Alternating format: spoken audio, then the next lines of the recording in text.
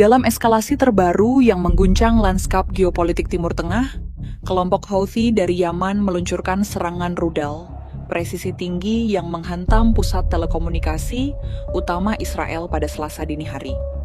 Serangan ini diklaim sebagai respons langsung terhadap agresi militer Israel yang terus berlanjut di jalur Gaza, termasuk penargetan terhadap bantuan kemanusiaan.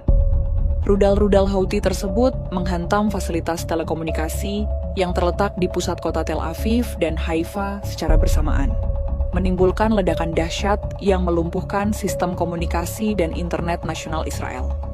Dampaknya terasa instan.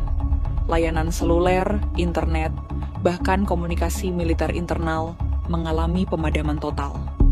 Kalau kalian tidak berhenti menekan tombol peluncur ke Gaza, jangan salahkan kami kalau kami matikan wifi kalian, kata salah satu juru bicara Houthi dengan nada yang entah serius atau bercanda dalam konferensi pers yang disiarkan melalui radio tua di Sana'a.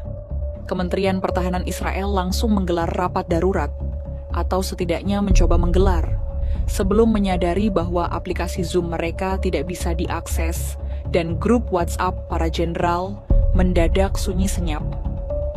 Para tentara Israel di Gaza yang biasanya mendapatkan instruksi melalui jaringan komunikasi terenkripsi kini mendadak menjadi seperti kru film horor, berada di tengah konflik tanpa sinyal, tanpa peta dan tanpa kejelasan. Beberapa dilaporkan menggunakan burung merpati pos, tapi hasilnya nihil karena burung-burung itu juga tidak tahu arah tanpa GPS.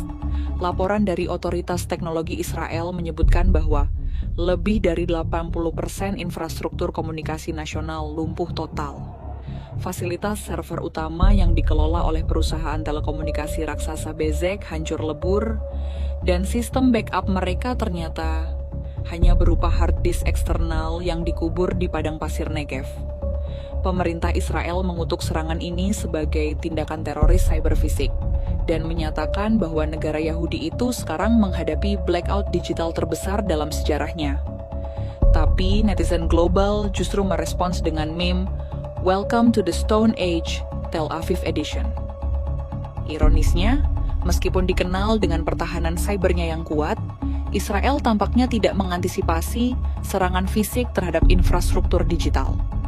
Rudal-rudal Houthi terbukti lebih jitu dari para hacker elite dunia, karena kadang solusi paling efektif adalah menghancurkan servernya langsung. Warga Israel mengalami dampak langsung. ATM tidak bisa digunakan, transportasi digital mati, layanan kesehatan online terhenti, dan bahkan Tinder tidak bisa dibuka, membuat krisis kemanusiaan ini makin kompleks bagi generasi muda.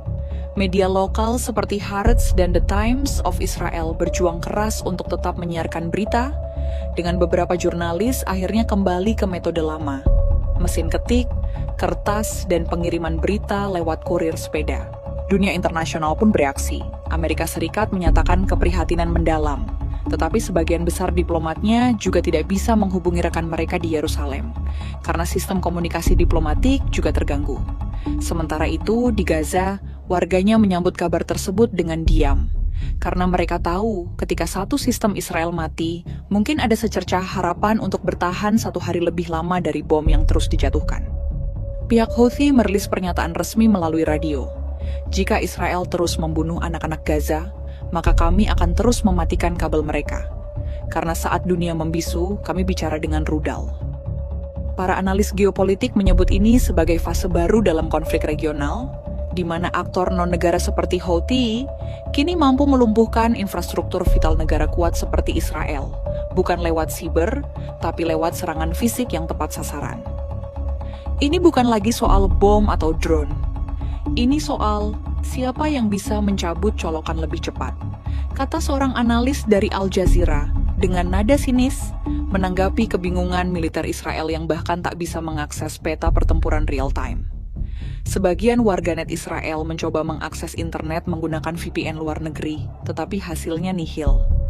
Bahkan VPN pun takut masuk ke sini, tulis seorang pengguna X, sebelumnya Twitter, yang entah bagaimana bisa mengunggahnya lewat sinyal Wi-Fi tetangga Arabnya. Kerugian ekonomi ditaksir mencapai miliaran dolar per hari, mengingat sektor teknologi dan startup Israel sangat bergantung pada jaringan digital. Saham-saham perusahaan teknologi Israel langsung anjlok bersamaan dengan moral nasional. Meski Israel menyatakan akan membalas, belum ada respon militer yang konkret terhadap Yaman. Mungkin karena sistem komando mereka masih terputus, atau karena belum ada yang bisa mengakses Google Maps untuk menemukan koordinat target. Di sisi lain, Houthi menyebut ini hanya permulaan. Jika agresi terus berlanjut, kami akan menyasar pusat data kalian yang lain.